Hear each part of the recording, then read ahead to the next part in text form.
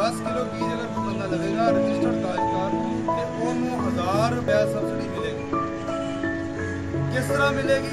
सब तो पहले दरखास्त देनी है। दरखास्त देने का तरीका की है, अपने मोबाइल के किसी दफ्तर नहीं जाना, किसी जगह नहीं जाना, अपने मोबाइल के मैसेज वाली जगह पर जाना, उनके लिखना है CS 0319 CS कॉटन सीड 0319 खाली जगह अपना शनाख्ती कार्ड नंबर लिखना है बगैर डैश नहीं पानी, लिख के मैसेज भेज देना है 8070 से 8070 8070 मैसेज भेज देना।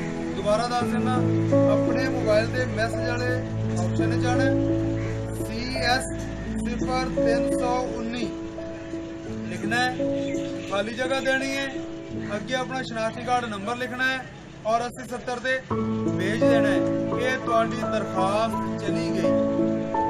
हाँ, अगर तुम रजिस्टर्ड काश्तकार नहीं तो तुम्हें मैसेज आएगा कि पहले खुद रजिस्टर्ड हो, फिर साढ़े नाल राबता करना, फिर रजिस्टर कर दें। जो रजिस्टर है वो दरखास्त जमा हो गई।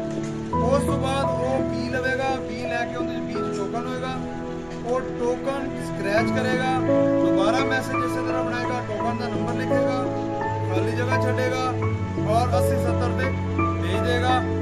1000 रुपया मिल जाएगा। कितों मिलेगा? जैज कैश आना, उत्थे जाओगे तो मैसेज दिखाओगे क्या मेरी सबसिडी आई तो 1000 रुपया कट के। किसी को चक्कर लाने की जरूरत पई है इस मामले में? ये सिर्फ इस वास्ते है कि जोड़ा बंदा खरीद रहा उन्होंने ही फायदा हो। अगली चीज़ जी है वरायटियां कि ने शामिल, वो ने IUB 2013 BS 15 FH 145 FH लालादार और MNH 886 और कंपनियां केड़ियां ने?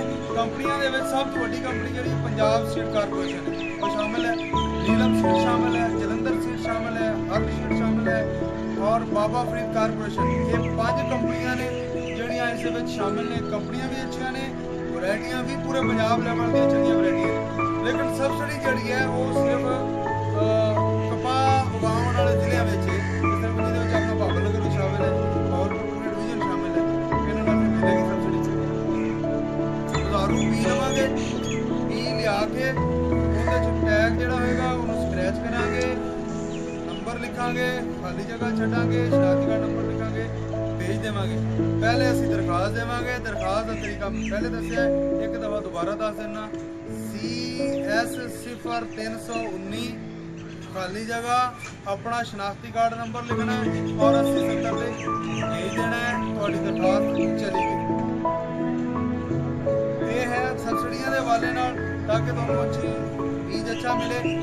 एक होर गल इहदे विच करांगा कि बीज जदों भी खरीदना है, बंद खरीदना है, जिन्हों बंद होवे और उन्होंने टैग लग्या होवे पंजाब सीड कारपोरेशन का, federal seed certification, sorry Punjab seed corporation federal seed certification department है, वफाकी हुकूमत की उत्ते मोहर लगी होगी और नीले रंग का या गुलाबी रंग का वो टैग लग्या होगा।